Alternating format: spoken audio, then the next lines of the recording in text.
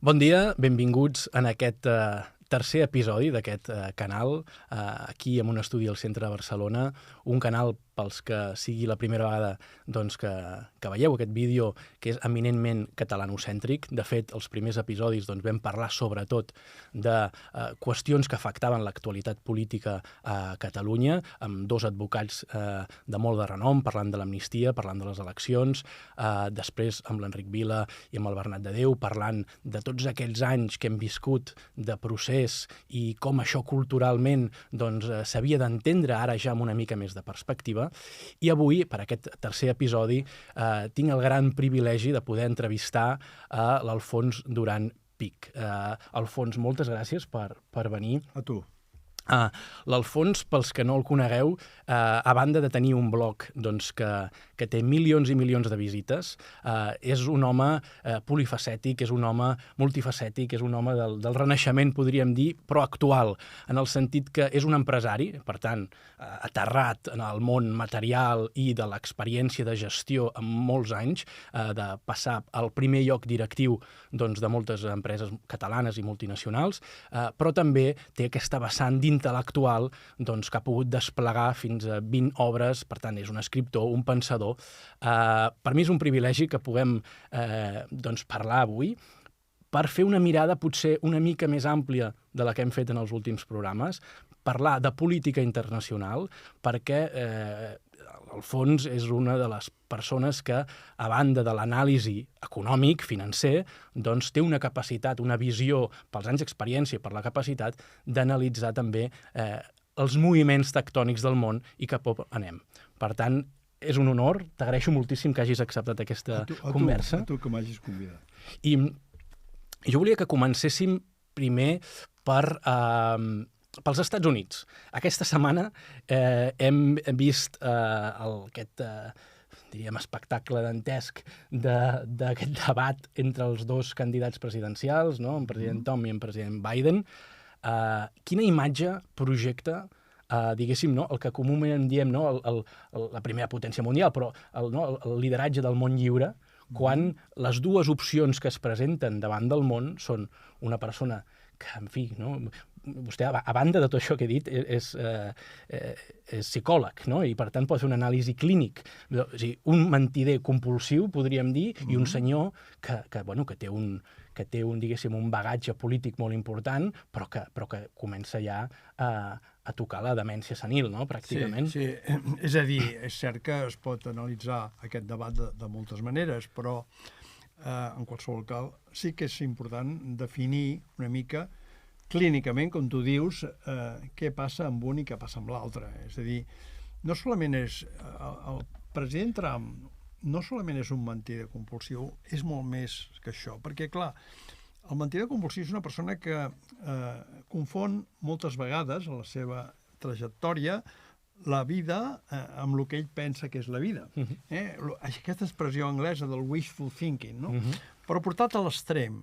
Clar, quan el wishful thinking es porta a l'extrem, entra en un terreny patològic, que és el deliri. I llavors, en Trump sí que té moments en què delira. Fa delirium, no tremens, però fa delirium. Aquest és aquest personatge que, a més, per caràcter, és un personatge agressiu, és un personatge violent, amb una trajectòria expressada a través de la seva vida privada i pública. I enfront es trobem amb una persona que ja era bastant torpe, perquè, clar, si rasques...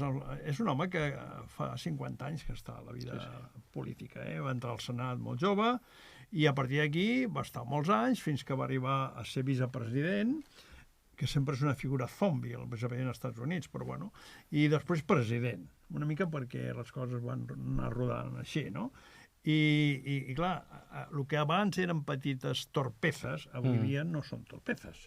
És a dir, si tu l'analitzes plano a plano, no el debat, que el debat ja va ser l'apoteosi, sinó la seva passada l'últim parell d'anys, et dones compte que aquest home té una senilitat molt pronunciada, i una senilitat molt pronunciada està al borderline, a la frontera de l'Alzheimer. És un home de palla? No, el problema, aquí hi ha un problema de fons, ja que cites això. No és un home de palla, el que passa és que com que no té les seves capacitats al seu lloc, al puesto que té, és manipulat. Manipulat sobretot pel clan del Anthony Blinken, que aquest és un home potent. El secretari d'Estat, que aquest és un home que té uns vincles molt directes amb el Pentágono. El risc que té als Estats Units, el ciutadà nord-americà, és que depèn una decisió entre dos personatges que tenien que estar, entre cometes, internats. O almenys supervisats. Però, clar, el protocol del que diem el botó nuclear, als Estats Units és molt... La gent això no ho sap i cal que se sàpiga. És més curt que el protocol que té la República Rússia i les seves repúbliques. Molt més curt. Té més poder el president. El protocol rus té 5 nivells. El protocol americà en té 2. No vol dir això que... Però tu no pots posar una persona a dirigir això. Una persona que quan es desplaça va acompanyat, ho sabeu, a les pel·lícules ho heu vist, però és que és real, amb un ciutadà que porta un maletí. Aquest maletí no porta els croissants. Aleshores, és molt arriscat. És molt arriscat. A mi em preocupa perquè a mi això del món lliure no em serveix, però simplement és un país que ha sigut hegemònic, un país que jo m'estimo, perquè vaig estudiar a Califòrnia, a Stanford, però al marge d'això, i que té molts defectes però té moltes virtuts, però al marge d'això és que tenim la persona equivocada a un lloc de molt risc. Així de clar. I a més, ara això es complicarà pel fet d'aquesta decisió de la Cort Suprema, no? Del Tribunal Suprem americà, que bàsicament ha donat la immunitat al president Trump pels actes doncs, de l'assalt al Capitoli i tots els preparatius, però que bàsicament aquesta victòria dels 6 jutges conservadors o apuntats pels republicans respecte dels 3 demòcrates dona uns poders pràcticament de monarca absolut, és a dir, d'immunitat com la que podria tenir un rei en una monarquia parlamentària, no? Vull dir, a Espanya la immunitat és bastant... Vull dir, excepte crims de lesa humanitat, tortura... Per tant, podríem tenir, i les enquestes van per aquí, un president a més, sense el control d'aquella gent amb experiència que tenien el seu primer mandat, per tant, un Trump desencadenat, i a més, ara, amb una victòria constitucional que li dona uns poders pràcticament amb molta poca capacitat de que el check and balance s'apliqui. Aquí acabes de dir, aquesta és la llei que sempre ha imperat als Estats Units i que donava lliçons de democràcia, el check and balance. S'ho carreguen. El check and balance se'l carreguen. És a dir, clar, i per què? Bueno, era previsible, Aquesta sentència era previsible. Inclús algun d'ells, com l'Alito, és un jutge del Suprem molt conegut, perquè a aquest li agrada parlar molt, parla massa, com aquí.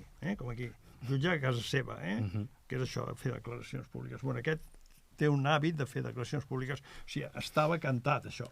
Però, clar, donar immunitat, això no es pot fer. Perquè trenques el vincle entre el que ha de ser un representant del poble, no? Correcte. Perquè ja no ha de... Correcte, no. Això és perillosíssim. Aquí els demòcrates encara és un debat que potser es resoldrà en els propers dies, però són a temps de presentar, per dir alguna cosa, el governador de Califòrnia, una persona amb energia jove, i revertir i evitar aquesta situació d'un segon mandat de Trump? Això estaria molt bé, però és molt complicat. I t'explicaré per què és molt complicat. La maquinària política nord-americana no té res a veure amb la maquinària política europea. De fet, als Estats Units no hi ha partits polítics, hi ha marques. O sigui, és que no tenim els republicans i els demòcrates, sinó tenim el Coke i Pepsi. Aleshores, per això hi ha un trasbàs a vegades, també. I després no és el mateix un republicà texà que un republicà de Maine, res a veure. Vull dir, no oblidem que és un país federal. Aleshores, aquesta maquinària política nord-americana va molt engreixada amb les donacions que es fan quan hi ha les campanyes. El Super PAC. Exacte. Molts milions i milions de dòlars. L'únic receptor d'aquests milions de dòlars en aquest moment al Partit Demòcrata és el senyor Biden. O sigui, el primer que es tindria que fer és que ell, personalment, plegués. Que ell digués, bueno, jo em retiro. i el seu, justament, els que estan per mi manipulant-lo, no volen que es retiri, primer. Però anem a suposar que li donen una empenta.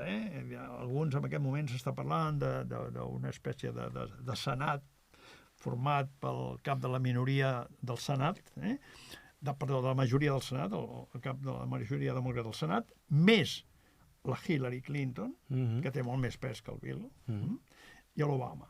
Aquests, diguem, agafen i se'l porten a sopar. Bueno, sopar o a berenar. Esmorzar, deixem-ho esmorzar.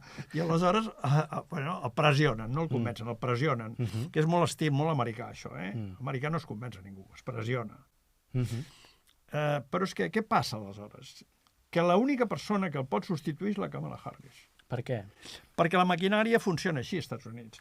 Perquè si no, si per exemple aquest ciutadà que tu dius, que és un tipus interessant, el governador de Califòrnia, que a més no té l'edat i té el perfil perfecte, si aquest es presenta, els fons que s'han recaudat es perden. És una història... Per la Kamala no? La Kamala no. La Kamala no, perquè la Kamala, diguem, és el dret natural de la vicepresidenta. I a més, això sí que està, diguem, una mica escrit, amb el sentit de que, bueno, es retira el candidat... Perquè és que aquí hi ha una altra cosa, que ho trobo escandalós. Han fet un debat de dues persones que encara no han sigut nominades candidats. Perquè la nominació es fa a les convencions, i les convencions no s'han produït. Llavors, la CNN ha incomplert. I el poble americà, com passa tot arreu, doncs, ni s'ha enterat. És a dir, aquests dos individus, cap d'ells s'ha sigut nominat.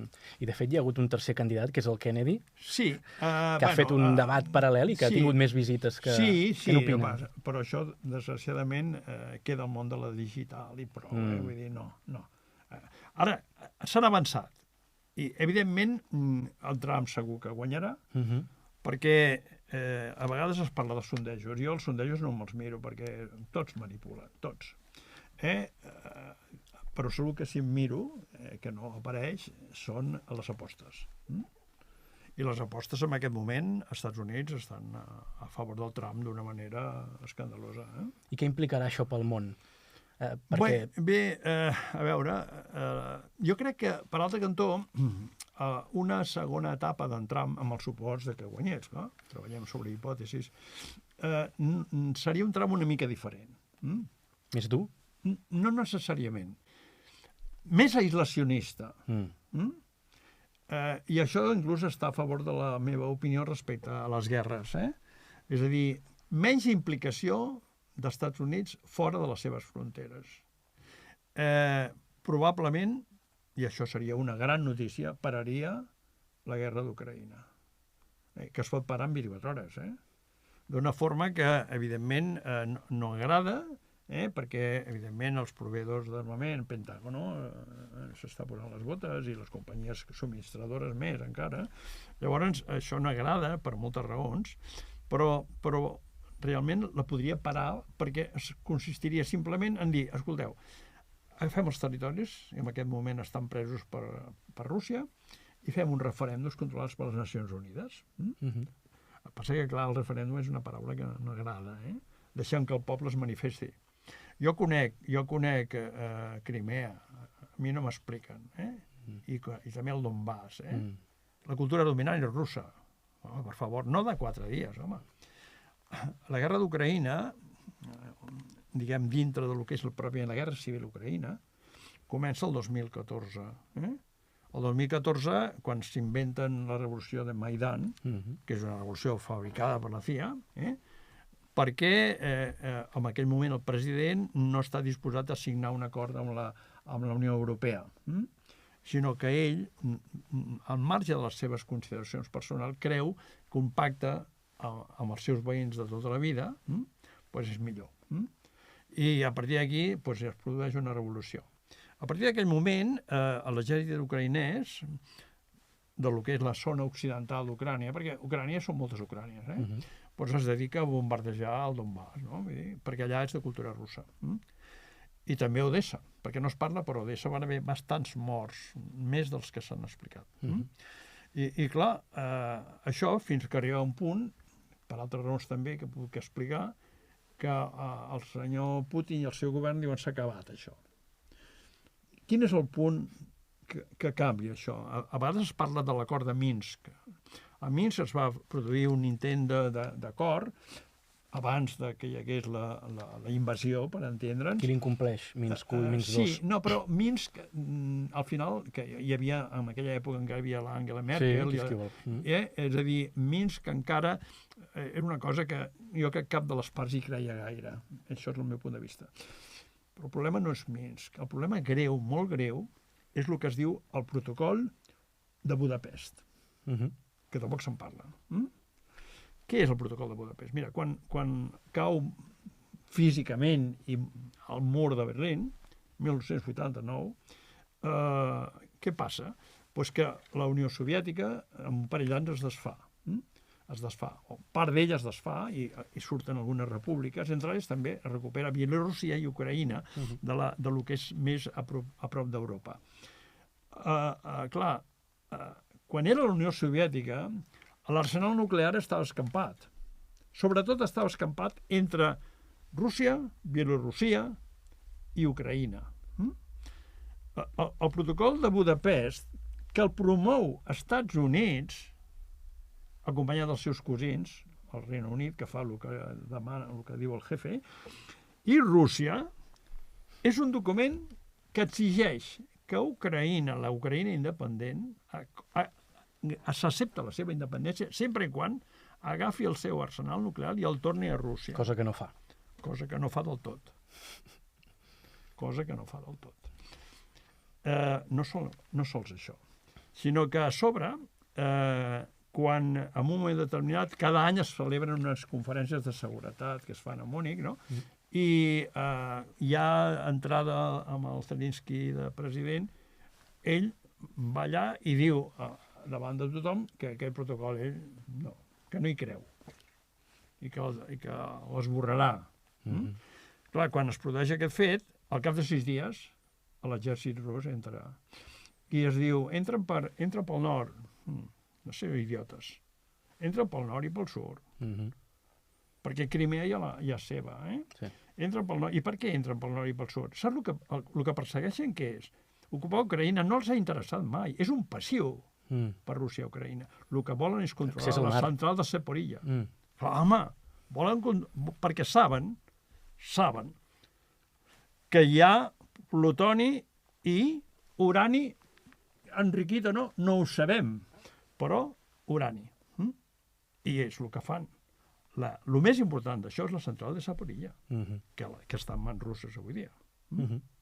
És a dir, és molt més complex del que sembla tot això. Llavors, en Trump vol parar-ho, això. No tindrà fàcil, potser, encara que sembla que ell pot fer el que dona la gana, perquè, per exemple, dintre del que és el Senat, hi ha gent republicana que vol continuar... Vol seguir ajudant a Ucraïna. Sí, per raons purament... crematístiques d'interessos de lobbies. Interessos dels lobbies, sí. Tu suposo que ja saps que els senadors americans viuen de la seva funció com a lobbistes del seu estat, i punt. Aleshores, ara, passa que com que això sí que té, i és que un tio molt enèrgic, jo crec que ho aconseguirà, perquè ell diu que la competència s'ha de fer a través dels mecanismes naturals de mercat, i que el seu gran competidor en aquest moment és Xina, i que no perdem recursos. Perquè, clar, què vol dir perdre recursos? Vol dir que en aquest moment, Estats Units està implicat en quatre temes grossos. 4.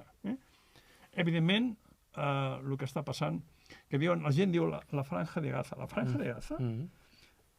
Què passa a Cisjordània? Que cada vegada hi ha més assentaments. Arribarà un moment en què els pocs que hi queden no sé on viuran. Parlo dels palestins. Cada vegada hi ha més assentaments, perquè sempre es parla de Gaza. Gaza és el que es diu l'efecte Dresde. Dresde va ser, quan estava acabant la Segona Guerra Mundial, els aliats van netejar i van deixar el que està passant a Gaza. Però és que a Cisjordània també està passant d'una altra manera el mateix. Un front.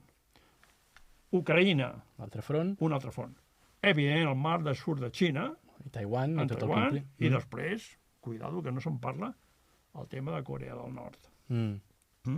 Perquè, a més, d'això, Trump, com que agafa la nit i posa al Twitter el que li sembla, perquè el tio governa a cop de tuit, no? Sí. Però ell va dir una cosa i té raó, va dir, escolta'm, els europeus, que els defensin ells mateixos. Per què hem de pagar nosaltres el 70% de la OTAN aquesta? Per defensar-los amb ells? Però quin missatge enviaria el fet que Rússia se'n surti amb la seva, que el Trump d'alguna manera permeti això? Quin missatge enviaria als presidents autòcrates o més violents, a Sèrbia, a Azerbaidjan, és a dir, a la pròpia Xina? No, és que, a veure, no es tracta de que el Putin s'emporti la seva, es tracta de que el poble dels territoris digui què és el que vol. I això és viable, que s'arribi a aquest acord? Home, les Nacions Unides, que posin uns quants bitllets cada un d'ells, cada un d'aquests estats, que hi posin i que facin un referèndum. O és que estem en contra d'un referèndum? I tu creus que Rússia acceptaria quedar-se amb tota aquesta part? No, sí, Rússia no és que acceptaria, és que el ciutadà que viu ara al Donbass té passaport rus. Ja el té, triaria. Però llavors Ucraïna podria entrar a la Unió Europea i Rússia això ho acceptaria? No, o caldria que mantingués... La Unió Europea, que aquest és un altre tema, la Unió Europea és un projecte fallit, però no, el que Rússia no acceptarà mai és que Ucraïna entri a l'OTAN. Ni entrarà. I el Trump amb això sí que ho té clar. D'acord. Perquè, clar, és que aquí hi ha hagut una presa de pèl inclús de molt grollera, no? Quan s'acaba la Unió Soviètica, en Gorbachev arriba a un acord amb el baix pare, tenint com a secretari d'Estat en James Baker. En James Baker està escrit això, diu, no es preocupi, vostè ajudi'ns a que nosaltres podem reunificar Alemanya, perquè sense aquest acord Alemanya no es reunifica, i nosaltres no passarem ni una polgada, no one inch, en posar bases a prop de la frontera russa. Tot això s'ho han passat. S'han posat... I clar, això sí que no. Això sí que no. És a dir, aquests han dit, no, això no, noi. Hem parlat d'Estats Units i de com afecta això. Apropem-nos una mica més cap a Europa. Tu la descrius ja com un projecte fallit. Sí. En aquests moments tenim unes eleccions al Regne Unit, que tot i que ja no està en Europa, no? La Unió Europea com a institució, està en Europa, internacionalment no s'hi ha prestat gaire atenció, no? Sembla que els laboristes poden guanyar, no? Guanyen amb tota claretat. Però, en canvi, hi ha hagut molta més atenció en el tema de França, no? I de com això, de com aquesta tradicionalment entesa com a extrema dreta, ara ja d'alguna manera normalitzada i fins i tot podríem arribar a dir que domesticada, no? Perquè ja no... A mi no m'agraden les etiquetes. Sí. A mi això de posar etiquetes no. T'ho dic perquè, bé, la gent parla per parlar una mica. És a dir, hi ha un problema greu a Europa, que és el problema de la migració. Clarament. És a dir, diguem, no es tracta de ser bo, es tracta de ser just i correcte, i posar ordre en la vida. Aleshores, no es pot continuar aquesta migració perquè no té capacitat d'absorció. Si no és que la gent s'hagi tornat no sé de quina manera, sí que la gent envia un missatge clar als seus governants a dir això s'ha d'aturar. No pot ser. Què més hem de dir? Què voleu? Que diguem que al nord de França hi hagi campaments com hi ha, de gent que intenta passar al Regne Unit de qualsevol manera i viuen de mala manera amb les ONG pel mig. Voleu això? Voleu aquest model? A part que hi ha una altra consideració, clar, perquè hi ha molta tipologia de migració, no? No és la mateix la migració de Síria. Síria era un país que, per cert, deixen tornar als Estats Units, des que es va acabar realment la Unió Soviètica, totes les mogudes americanes fora dels Estats Units han sigut un fracàs total. Líbia, Iraq, Síria, and so on. Desastre darrere desastre. I Afganistan l'última, no? Bueno, el d'Afganistan ja. Però el tema una mica del perfil migratori. Perquè darrere d'aquest perfil migratori hi ha l'islamisme, en part, bona part. I l'islamisme, com a concepte teocràtic de la gestió pública, és perillosíssim. És a dir, és el que està passant des de fa molt temps a l'Iran, no? És el que està passant ja en un plan cutre a Afganistan. És el que està passant, encara que ho tapin perquè tenen molts diners i ho tapen, a l'Aràbia Saudita. és el que està passant, que resulta que si una dona camina amb tacons, resulta que el soroll dels tacons erotitza amb els homes i, clar, no poden portar tacons. Hi ha coses que van més enllà. És a dir, és una manca de sentit comú elemental. Clar, i Europa està veient que hi ha barris on la immigració ja és majoria, que comencen a presentar-se a les eleccions municipals i que guanyen, perquè, evidentment, clar, perquè són majoria. Són els seus, no?, entre cometes. Clar. Això... I anem més enllà. Més enllà és que a sobre resulta que aquests governs, no solament el govern d'aquí, el petit govern d'aquesta gestoria que tenim aquí a Catalunya, no? No solament això, sinó que a sobre financien a tot això. És que això és molt greu.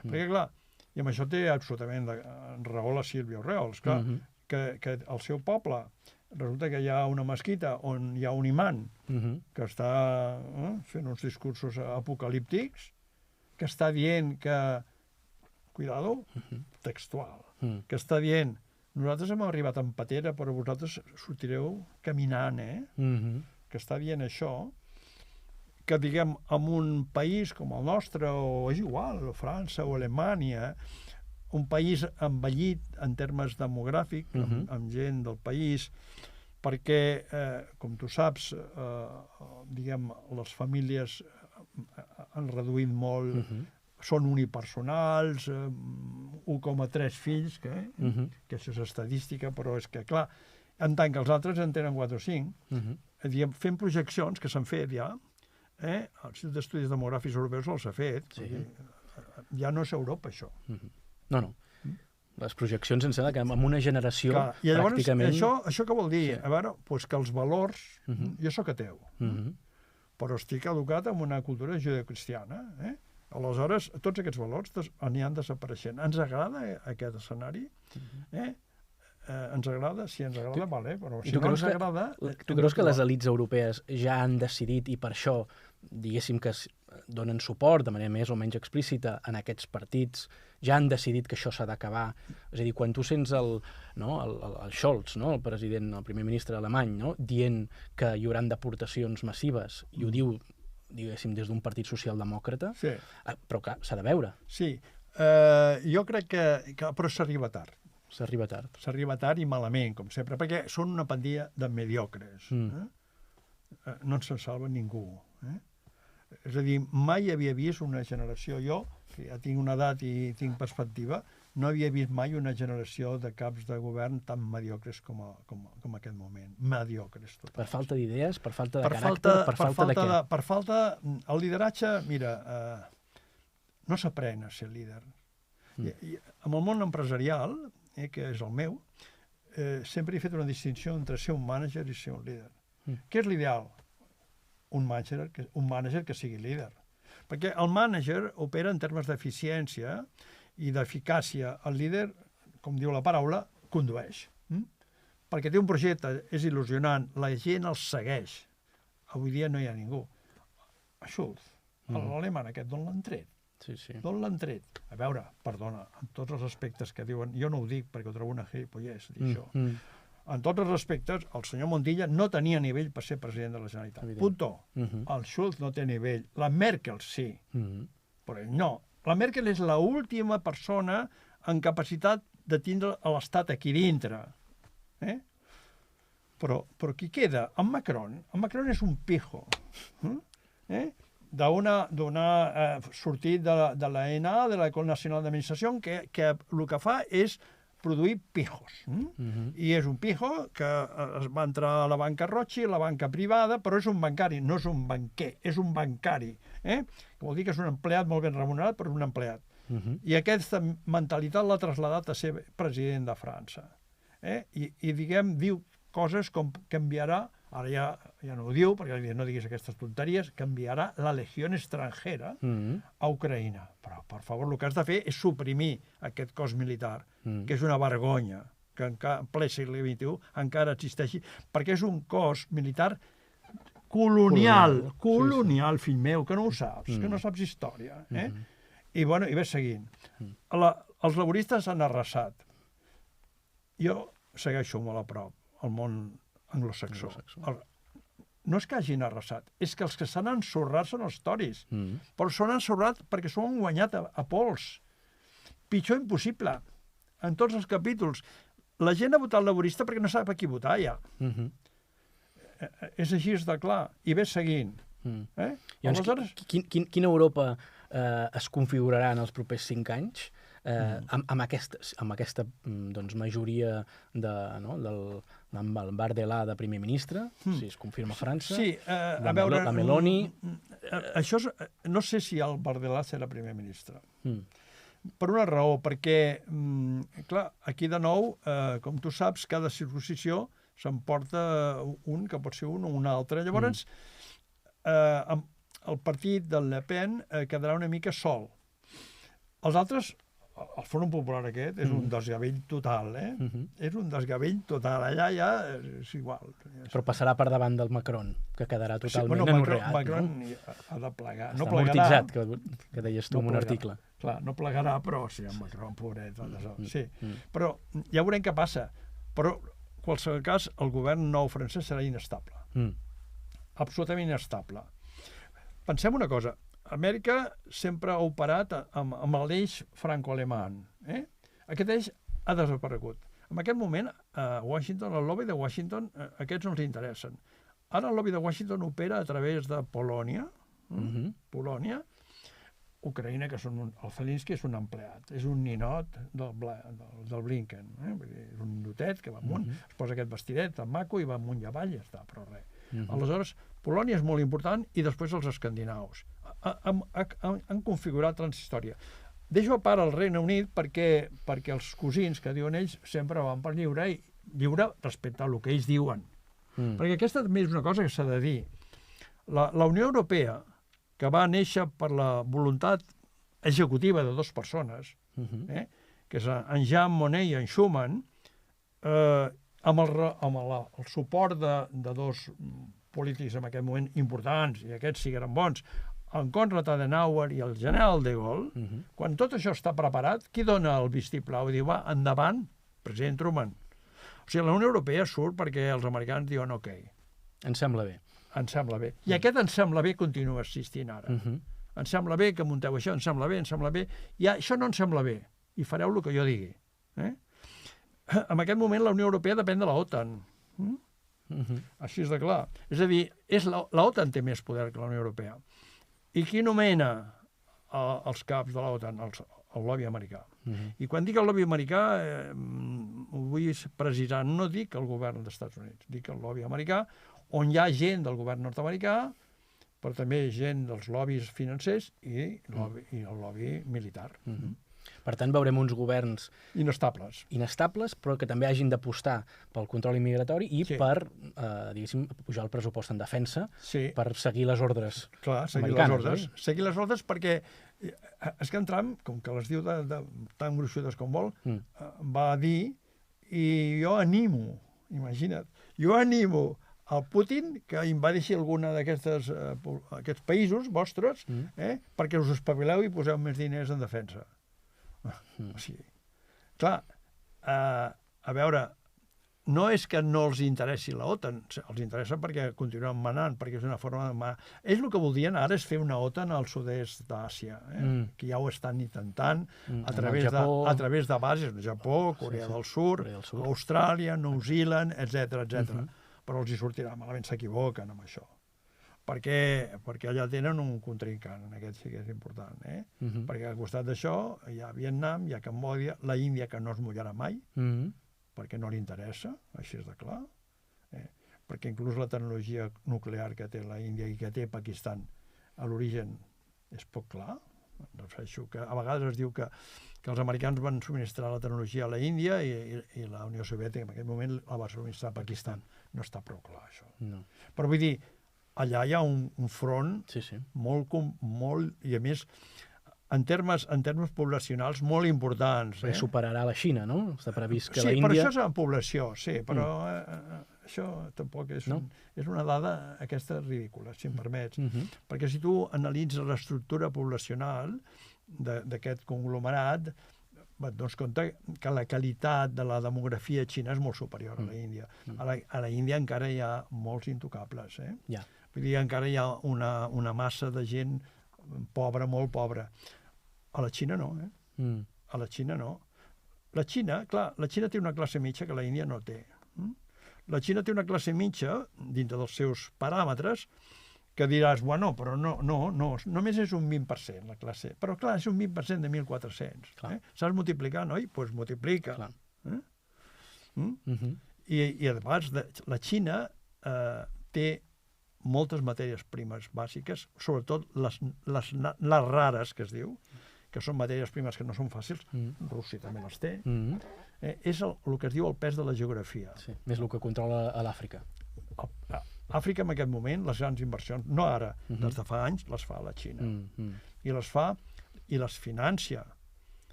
Fa ferrocarrils, fa ports, fa de tot. Per això, tot el que està passant ara a Orient Mig, que està aplaudit per la minyona que jo... Europa avui dia és la minyona dels Estats Units.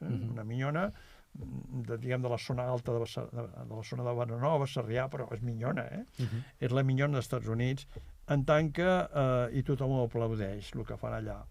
I no paren d'anar la Úrsula, vaya personatge, la Úrsula von Linden se'n va a abraçar el Netanyahu, perquè pobrets, no? Però si tu preguntes al Deep South del món, què els hi sembla això? Ves a Àfrica, ves fent sondejos, a veure què els hi sembla, allò de Gaza. Països que no són àrabs, vull dir, ves a Somàlia, ves a Congo-Brazzaville, i pregunta què els hi sembla això, ja veuràs.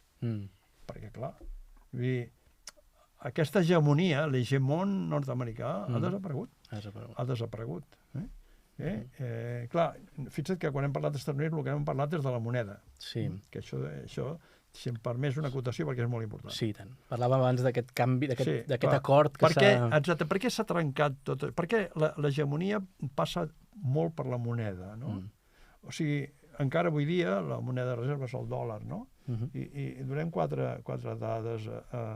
L'any 1971, fins al 71, millor dit, el patró or funciona. Què vol dir el patró or? Vol dir que qualsevol banc central pot agafar dòlars, portar-los als Estats Units i rebre or, a una paritat de 35 onzes per un dòlar, no? D'or. Però, clar, això, la guerra del Vietnam, després el projecte de la gran societat d'en Johnson, que era un projecte social, necessitava diners, i, clar, en Milton Friedman, assessor d'en Nixon, diu, això no pot continuar. Llavors, pum, s'acaba el patró d'or. Ara s'ha acabat, ara les monedes flotaran. Clar, això fa que el dòlar caigui amb una primera volada. Però en Kissinger, que és molt llest, i dic en Kissinger perquè era un tio, era el que era, però era molt intel·ligent i molt llest, les dues coses que són diferents. Ell arriba a un acord amb l'Aràbia Saudita, que és una monarquia absoluta, teocràtica i el que tu vulguis i més, no? Quin acord? Mireu, vosaltres sou productors de petroli, els més importants en aquell moment del món, no ara, però en aquell moment sí, i teniu reserves més que sobrades. Jo només poso una condició. Vosaltres totes les operacions les fareu en dòlars. Perquè, a més, com que sou la gent més important, els altres també ho faran. Primer. Segon, com que haveu multiplicat per 3 el valor del cru, tindreu excedents. Aquests excedents els dedicareu en bona part a comprar bons del tresor americans, amb el qual el dòlar amunt. I si us sobra alguna cosa, compreu productes i serveis americans. I aquest és un pacte que no estava escrit, o almenys es diuen així, però era un pacte per 50 anys. Aquest pacte ha vençut el mes de juny passat. 50 anys, 74, 24. I Aràbia Saudita ha dit que no el vol renovar. D'acord. Per què no el vol renovar? Perquè no li interessa. Perquè Aràbia Saudita en aquest moment, per exemple, és el principal proveïdor de petroli a Xina i l'operació es fa en les monedes de cada país. I això canvia l'ordre mundial. Això canvia l'ordre mundial. El canvia totalment. Això canvia l'ordre mundial. És a dir, en aquest moment jo estimo que un 20% de les operacions de trading ja no es fan en dòlar. Això canvia l'ordre mundial. Això, com deia en Josep Pla, la moneda és molt important. Exacte. Molt important. I això explica també que tota la financiació que s'està fent, que citàvem ara a Àfrica per part de la República Xina, es fa amb moneda xinesa. Fet aquest parèntesi, no, i aquesta anàlisi internacional, m'agradaria poder acabar apropant-nos una mica més a parlar de política doncs, catalana, però evidentment espanyola, diguéssim, perquè així és com els partits han triat que encara, diguéssim, operem dintre d'aquest marc. Com veus les pugnes entre aquestes suposades dues Espanyes? Perquè, clar, diuen, juguen al poli bo i al poli dolent. Jo crec que hi ha hagut un repartiment de rols. Evidentment no hi ha policia bo ni policia dolent. Tots dos són dolents. Evidentment. Des de l'òptica catalana són dolents, no? Aleshores, hi ha un repartiment de rols que es posa de manifest amb el pacte pel Consell General del Poder Judicial. Un pacte que han fet ells dos, com si això, els altres no pinten res. O sigui que aquesta aliança teòrica que té el senyor Sánchez amb els perifèrics, amb això només serveix quan em dóna la gana. Jo crec que el repartiment de rols és que tu et quedes la toga i jo em quedo l'operatiu, de moment. I anem fent per aquí, així és de clar. Per això es produeix aquest fenomen de que diguem, la toga governa i fa cada dia un cop d'estat, i no passa res. Diuen el que els dona la gana, utilitzen la policia judicial, que sempre és la mateixa, que és la Guàrdia Civil, que manipula el que li dona la gana, i aquí no passa res. No passa res. Aleshores, en Sánchez, el que és cert és que és un equilibrista, és un tio que tenia que treballar en un circ, perquè és un equilibrista i se'n surt força bé de les performances, no? I a més és alt, que això compta molt, és alt i queda bé, que té un bon... Podria ser porter de discoteca, per exemple, però bé, és igual, és president de govern, que més o menys és el mateix en aquest país. Però, dit això, ell sap moure les peces, i amb ell ja li va bé governar d'aquesta manera, mentre acaba l'exercici i després a veure si pot saltar a Europa, on a sobre resulta que destaca, perquè, clar, quins socialistes hi ha en Europa? No n'hi ha, hi ha aquest pobre home d'Alemanya, i és que quasi no en queden, pobrets, ja no en queden. Si hagués quedat el Regne Unit, ara podríem manar bastant. No, però això, d'aquella manera. Deixem-ho, perquè aquest cap de govern del Regne Unit que ha arrasat és una mala còpia d'això, del Tony Blair, una mala còpia. En Tony Blair era el fill no volgut de la Margaret Thatcher. Ja està tot dit, que per cert avui dia és de les fortunes creades dels últims 20 anys el número 1 al Regne Unit, la fortuna creada pel Tony Blair, gràcies als seus serveis que consisteixen en assessorar països i governs, per exemple Kazakhstan, coses així, aquest tio, té un tinglado muntat que li funciona molt bé. Doncs aquest, que ha sigut elegit cap de govern, és una mala còpia, insisteixo, d'Antoni Blair. Ja està tot dit, ja està tot dit. Imagina't el panorama que tenim, Aleshores, aquí el Sánchez aguantarà, anirà aguantant. Sobretot si continua enredant alguns, I a casa nostra hi ha uns que juguen a Però és una cosa contínua. Contínua, sí. A cada ocasió que té d'enganyar-los, els enganya. Els enganya i aquests queden tan contents. Sí, és una cosa que qüestiona el nivell mental d'aquests personatges. Però fins fa poc, l'actor català seguia donant suport de manera clara per falta d'alternatives, potser, pel xantatge emocional, d'aquests són els nostres, d'aquests han patit, sense passar per l'accountability tan americà de dir, escolteu, vostès ens van enganyar, vostès no van fer el que van dir, vostès, d'alguna manera, és a dir, nosaltres posem aquí uns gestors al capdavant d'una empresa col·lectiva i vostès a cada exercici fracassen.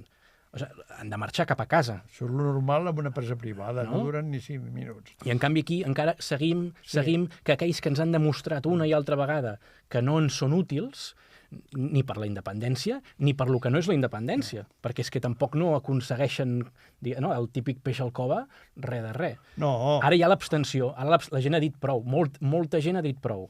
correcte. Molta gent ha dit Correcte. prou. A veure, dintre del model autonòmic, evidentment, de llarg, el millor era en Jordi Pujol. De llarg, dintre del model autonòmic.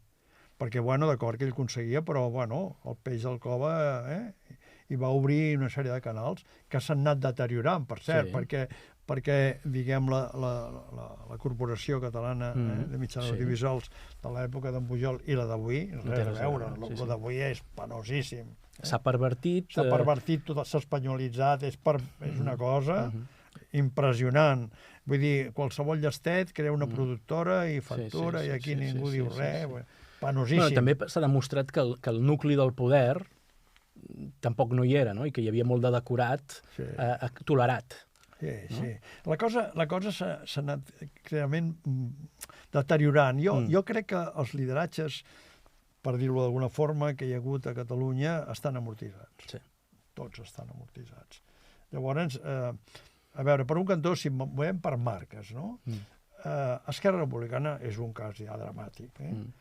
El senyor Junqueras, noms i cognoms, a mi no m'agrada... Els polítics sempre parlen, però no parlen. Jo sí que parlo. El senyor Junqueras ha de plegar. Ha sigut un desastre per una marca històrica. És cert que és una marca històrica que va néixer fa 100 anys aproximadament i que va néixer per declarar la independència. Jo, si algú em presenta un projecte i triga 100 anys i encara no ha aconseguit els resultats, el foto fora. Però bé, almenys ho han intentat més o menys. Però és que resulta que el senyor Junqueras i el seu nucli dur han segrestat la marca i han fet el que els ha donat la gana. I han ensorrat Esquerra Republicana. L'han ensorrat. I ara en Sabrià va fer aquestes declaracions, però si ja ho sabíem tot. Està tot ple de porqueria per tot arreu. Han fet joc brut, no han complert, està ple de porqueria. O sigui que Esquerra s'ha de renovar, i si no, desapareixeran. Perquè l'última és que, clar, el Sánchez continua inventant-se coses, no? Vull dir, ara un consorci financer per... Però què, diables? És que és molt elemental, això. A veure, al final, l'economia és saber sumar i restar. I jo tinc un llibre que es diu Catalunya la independència de la butxaca, que ja té 12 anys o més, que vaig fer una anàlisi tractant d'identificar Catalunya com si fos una empresa, no? I l'anàlisi de la contraresultat i el balanç, etc. No? Llavors, les coses molt senzilles. Nosaltres el que hem de fer és recaudar i diguem, els ingressos i les despeses. I si tenim excedent, ja veurem el que fem. I, clar, no podem fer el dels bascos, no, perquè és que llavors, què passa si fem el del cupo famós? Bueno, que ja no poden jugar a la Premier League. O sigui, Espanya ja seria, jugaria a la segona B. I això no ho volen, clar. I a més, les classes de funcionariat espanyol pretenen que tenen encara l'imperi espanyol. Viure de rendes tota la vida. No poden acceptar. Però és l'única fórmula. L'única fórmula és aquesta. Si fem les comptes, que es poden fer, perquè estan molt fetes i hi ha gent que ho ha fet, al final tenim un excedent més que sobrat. És igual que sigui el 8% del PIB o el 7%, m'és igual. Tenim excedent. Hi ha estimacions que surten 465.000 milions d'euros. Jo he fet la meva, i la meva, si nosaltres haguéssim tingut aquest model nostre des del moment en què s'arrenca aquest enfoque, el nostre excedent superaria el mig milió d'euros. Mig milió d'euros. Aquestes tensions que tenim amb la docència... Mig bilió d'euros. Mig milió. Bilió. Perdó, bilió. Sí, molt ben dit. Mig bilió d'euros. Imagina't tu. Aquests problemes no els tindríem. Està clar. Les infraestructures que limiten molt la condició de les empreses rodarien molt bé. Com pot ser que cada dia passin per la frontera 12.000 camions perquè tenim un transport ferroviari, un desastre, perquè fan un túnel a Pertús on no poden passar els trens. Per tant, aquesta hauria de ser, encara que no fos molt ambiciosa comparada amb la independència, però Déu-n'hi-do, la línia vermella de qualsevol partit català que vulgui donar el suport a qualsevol cosa que vingui de Madrid? És a dir, jo crec que, diguem, nosaltres hem de partir de la base de que el govern espanyol sempre estarà a la contra nostra. És a dir, és igual, aquest és un prerequisit. Són els nostres adversaris, els nostres enemics. No, amb els enemics no es pacta res. Aquesta és la línia vermella. Re. A veure, en l'època del franquisme, dintre del SUC, hi havia una corrent que deia que cuanto peor, cuanto mejor. Bé, tenien part de raó. Passa que les coses van evolucionar d'una altra manera. Però jo crec que aquesta resistència passiva, portada per un gruix de la població, fa trontollar tot. Jo una vegada en una conferència ho vaig dir, imagina't tu que ara quan tu i jo sortim d'aquí anem a les nostres entitats financeres a treure els quartos que tenim, o la meitat, i això ho fem tots els que som independentistes. Demà el país es para, Però això caldria que hi haguessin uns partits que assumissin un lideratge, que anessin units en aquesta... l'únic objectiu que hem de tenir, que és la independència. És l'únic. I l'única manera és que fem un Scottish National Party, que es posin d'acord amb uns mínims denominadors de quin model econòmic, en fi, que ho poden fer, perquè no són tan diferents. Deixa'm que et digui una cosa també. Hi apuntes una cosa que també convé aclarir. Sí. Hi ha un concepte que es diu objectius prioritaris, no? El nostre objectiu és la independència. Després ja en parlarem. No, és a dir, perquè si resulta que tu tens un model, un futurible, jo en tinc un altre, en aquest moment, aquest futurible te'l guardes a la butxaca. Ara, l'objectiu és la independència. Això és una trampa. La trampa típica, a més, la trampa típica de l'esquerra caviar, que diuen. De l'esquerra caviar. És una esquerra que diu, no, perquè és que resulta que potser si no, no perquè aquests faran no sé què, perquè són capitalistes. Escolti, perdoni. Ja ho veurem. Ja en parlarem d'això, en aquest moment la independència. Però no hi ha un risc de que aquesta trampa de l'esquerra caviar vingui per l'altra banda? És a dir, que Aliança Catalana, que abans tu me'l mencionaves, malgrat que recull un sentiment molt estès i molt real, no? Perquè la gent ho viu i ho pateix en el dia a dia, i a més, diguéssim, a tota Europa, no només a Catalunya, però al final pot haver-hi la tendència a caure en aquest mateix risc. De dir, ara el problema és la immigració. La immigració és un problema que hem de resoldre, però diguéssim que és una conseqüència, sobretot, del problema principal, que és que nosaltres no podem controlar l'accés migratori, la integració.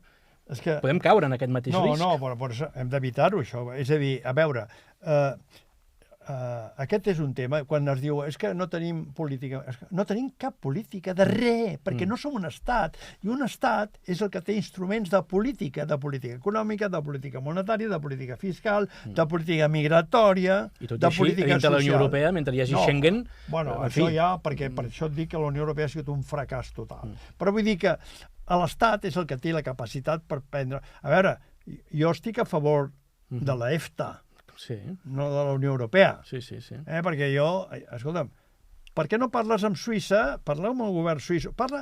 Mira, fixa't en una cosa curiosa. Qui és el president del govern de Suïssa? Tu que ets un home, que no ho saps? No ho sé. No, clar, com has de saber? Ni el cap de govern, ni saps, per exemple, que allò funciona confederalment, sí, ho saps més o menys, però tu no saps que el que importa no són les federacions, sinó els cantons. Clar, és a dir, Suïssa és un país lliure, és un país que té una política migratòria molt severa, allà no entra qualsevol. El que entra ja té una feina, si no, no entra. No és un passavolante. M'entens? I està l'EFTA. Islàndia també.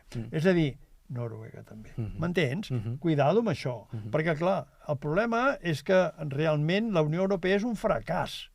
És un fracàs que fa de minyona de Washington. I és un fracàs. Nosaltres, si nosaltres fóssim independents, això és la meva posició. No la comparteix molta gent del meu perfil, però m'és igual. Evidentment no ens interessa la Unió Europea. La Unió Europea saps per què ha servit? Perquè no ens afusellin. És a dir, abans, amb tot el que ens ha passat a casa nostra, uns quants ens haguessin fotut contra la paret, però no ho han fet perquè no és elegant. M'entens? És l'única cosa que ens ha servit, per res més. I també ha servit perquè certes multinacionals que abans no ho eren, perquè abans eren societats de l'Estat que es van privatitzar entre amigos i conocidos, véase Telefònica, véase moltes, i les d'Obra Pública, que s'han beneficiat de les comandes de l'Estat, aquests han utilitzat la moneda a un interès molt baix per expandir-se. O sigui, a nosaltres no ens han afusellat i a uns quants amigos i conocidos els han enriquit. Aquesta és la història. Aquesta és la història. Que indirectament ha tingut valor, sí, perquè això, per exemple, a casa nostra, la petita i mitjana empresa, li ha donat empenta i ha sortit al mercat exterior. Abans estava una mica segrestada pel mercat espanyol. Això no ho és avui dia. El mercat espanyol en moltes companyies no és ni el 20% ja. Poden prescindir d'ell. I això sí, veus? Això ha sigut una mica la injecció que la Unió Europea, a l'obrir fronteres, coses, per cert, que s'estan tancant en aquest moment, des del punt de vista de trading, perquè hi ha una moguda proteccionista molt forta. Tu no pots posar, com fan els americans, un arancel del 100% pels cotxes elèctrics xinesos. Això és una bestiesa. No s'aguantarà, No s'aguantarà. Hi ha masses interessos pel mig. Però bé, tu no pots fer això. És a dir, has passat d'una hiperglobalització a tornar a l'autarquia econòmica. No pots fer-ho, no has de fer-ho. D'acord. Alfons, hem arribat pràcticament a l'hora en punt. Hem tocat tots els temes. Jo t'agraeixo molt que hagis vingut. Crec que hem fet una anàlisi, no?, des de més macro a més micro. Ens quedem amb aquesta necessitat de que els catalans ens responsabilitzem d'aquest món que s'ha endurit, que s'ha complicat, d'aquesta Europa en fragmentació i en franca decadència. Els catalans hem de tenir un paper. Hem de fer un paper i el primer és passar comptes amb aquests partits que no ens han servit i d'alguna manera, doncs, fer propostes que ens permetin superar aquest moment, perquè és que si no, a nivell mediàtic, anem tornant en aquell quadre de l'autonomisme, on els partits se senten molt a gust, però amb la dificultat afegida que, mentrestant, la identitat catalana, que és el més important, la identitat, a banda dels interessos econòmics i de les nostres empreses i del benestar de les nostres famílies, però també es va diluint en aquest magma de les immigracions descontrolades. Per tant, el moment és greu. És molt greu. El moment és molt greu. El moment és molt greu i veiem que els nostres polítics actuals, els que tenen realment capacitat de fer alguna cosa, no ho fan. I és molt greu, és molt greu.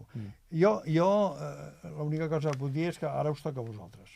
És a dir, la vostra generació és la generació que ha de donar un cop, una empenta a tot això, com la vam fer nosaltres en el seu moment, en circumstàncies molt més difícils. D'acord. Si em permets, perquè, clar, no es tracta de posar-se medalles de res. Jo sempre he estat al món privat i sempre, des de molt jove, he dirigit empreses i gràcies a la meva condició de ser un executiu amb una posició que jo he pogut entrar documents, entrar papers i fer passar gent i moltes coses, fent el que abans es deia un company de viatge. Jo no he militat mai perquè no sóc home de militància, no hi ha catecisme que em convenci. Llavors, però sí que he fet això per ajudar molta gent. I en aquell moment, gent com jo va fer coses similars i alguns van quedar pel camí. Ara us toca a vosaltres. Molt bé. Doncs ens toca a nosaltres, ens toca també a tots els oients que ens estiguin veient. Torno a agrair que hagueu vist aquest vídeo fins al final, també. Si voleu, us podeu subscriure al canal. Qualsevol comentari que tingueu és molt benvingut. Els llegeixo i contesto tots. I res, moltes gràcies. Gràcies, Alfons, per acompanyar-nos. Fins la propera.